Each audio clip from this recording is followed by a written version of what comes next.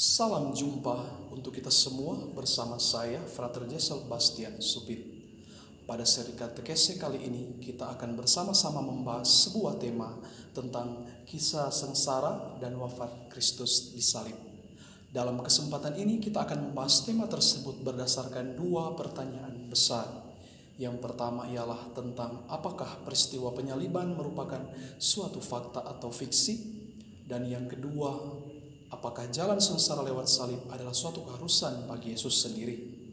Nah, kita masuk dalam pertanyaan pertama, yaitu apakah kisah penyaliban Kristus merupakan suatu fakta atau fiksi yang direkayasa? Di dalam doa Aku Percaya, kita menyatakan, aku percaya akan Yesus Kristus yang menderita sengsara dalam pemerintahan Pontius Pilatus, disalibkan, wafat dan dimakamkan. Dengan pernyataan iman ini, kita percaya bahwa penderitaan dan kematian Yesus bukanlah cerita yang direkayasa, namun sungguh-sungguh terjadi di dalam sejarah kehidupan manusia sendiri. Dalam hal ini, kita juga melihat bahwa iman yang serupa diwartakan oleh para rasul, yang justru bersumber pada Kristus yang wafat dan bangkit.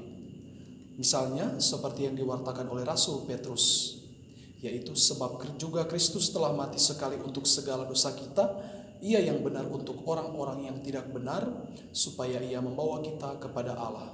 Ia yang telah dibunuh dalam keadaannya sebagai manusia, tetapi yang telah dibangkitkan menurut roh. 1 Petrus pasal 3 ayat 18.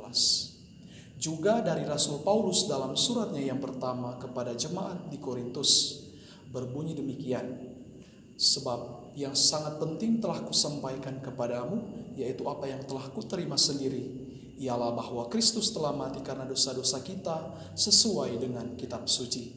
1 Korintus pasal 15 ayat 3. Dengan demikian, kalau memang Kristus tidak wafat, maka tidak ada yang perlu ditutup-tutupi tentang hal tersebut. Namun para rasul dan jemaat perdana tetap memberitakan Kristus yang tersalib, wafat dan bangkit, walaupun mereka harus dianiaya karena itu. Mengapa? Karena Kristus yang menderita dan wafat adalah merupakan suatu kebenaran, sehingga tidak perlu ditutup-tutupi, sebab hal itu sungguh-sungguh terjadi. Berikut kita masuk dalam pertanyaan yang kedua, yaitu apakah jalan sengsara lewat salib adalah suatu keharusan bagi Yesus sendiri? Pernahkah kita berpikir mengapa Yesus memilih penderitaan yang begitu berat sampai akhirnya mati di kayu salib untuk menyelamatkan manusia? Apakah tidak ada cara lain yang lebih mudah? Santo Thomas Aquinas dalam Summa Theologinya menjelaskan jawaban untuk pertanyaan ini berdasarkan suatu keberatan yang berbunyi, kelihatannya tidak perlu bagi Kristus untuk menderita demi menyelamatkan umat manusia, sebab umat manusia tidak dapat dibebaskan kecuali oleh Allah, dan tak ada satupun yang dapat mengharuskan Tuhan, sebab ini merupakan hal yang tidak sesuai dengan kemahakuasaan Tuhan. Maka kelihatannya tidak perlu Yesus menderita. Dari keberatan ini dapat dijelaskan bahwa kata keharusan memiliki beberapa arti.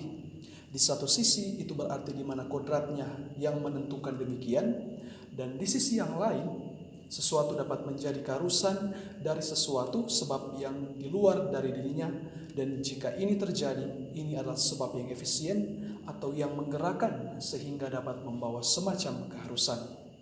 Maka walaupun tidak menjadi keharusan bagi Kristus untuk menderita, namun jika dilihat dari akhir atau tujuan maksudnya, dapat dikatakan bahwa sebenarnya bukan menjadi suatu keharusan mutlak bagi Kristus untuk menderita di salib bagi kita, namun memang itulah jalan yang dipilihnya, dan ini sudah direncanakan sejak awal mula dunia dijadikan.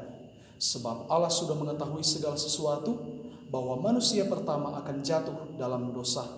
Dosa asal inilah yang akan diturunkan kepada semua umat manusia, dan karena manusia tak dapat menebus dosanya sendiri, hingga Allah memutuskan untuk mengutus putranya sendiri untuk menebus dosa manusia lewat sengsaranya di kayu salib.